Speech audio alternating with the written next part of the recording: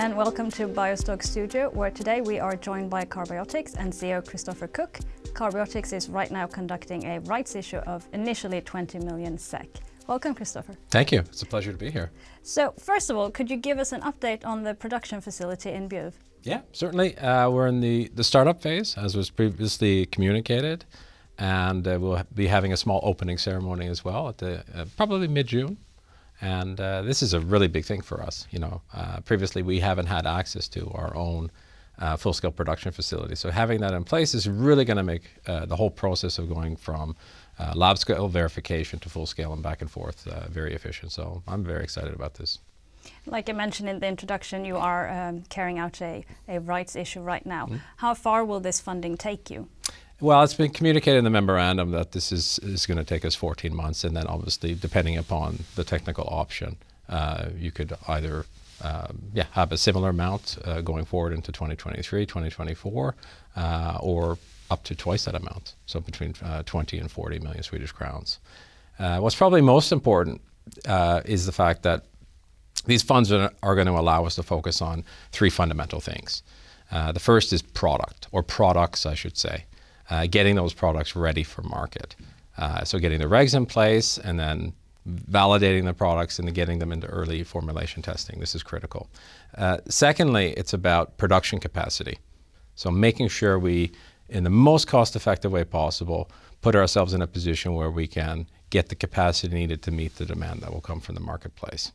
And then the last point is pipeline. It's about getting those early customers on board. We've communicated FiberHi, but obviously we're targeting other customers as well, and we want to get them in place. And the idea there is that we set ourselves up for all intensive purposes is the end of a business cycle now. So what we want to do is we want to prepare ourselves for what I consider the next growth phase, where the millennial purchasing power sort of reaches its peak between 2024 and 2034.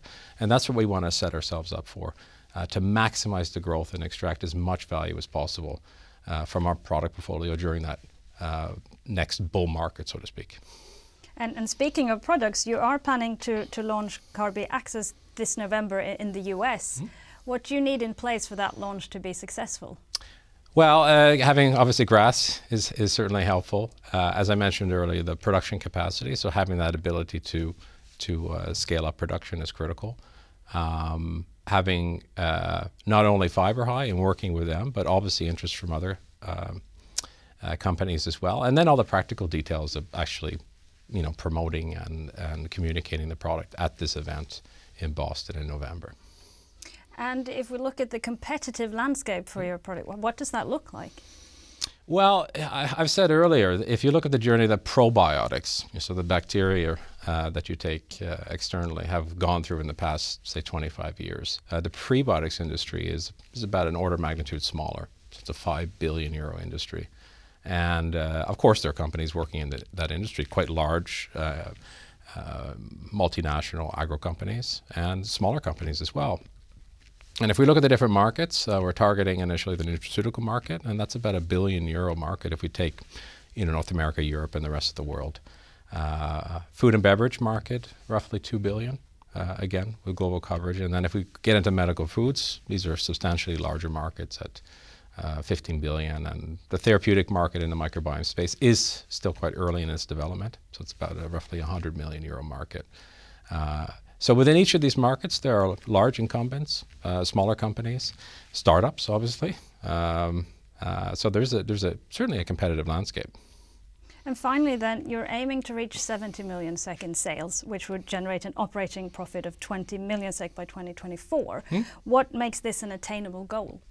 Yeah, if you look at the numbers behind those numbers, and depending upon how we price our product at market, typically we're going to be entering the market at a higher price point, and the nutraceutical product allows for this as well.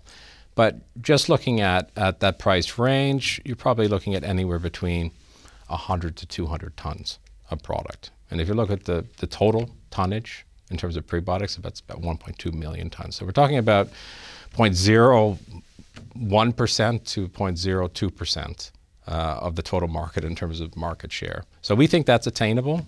We think the production volumes are attainable, both producing at our site and excuse me, our ability to scale up that production in a cost-efficient way as well.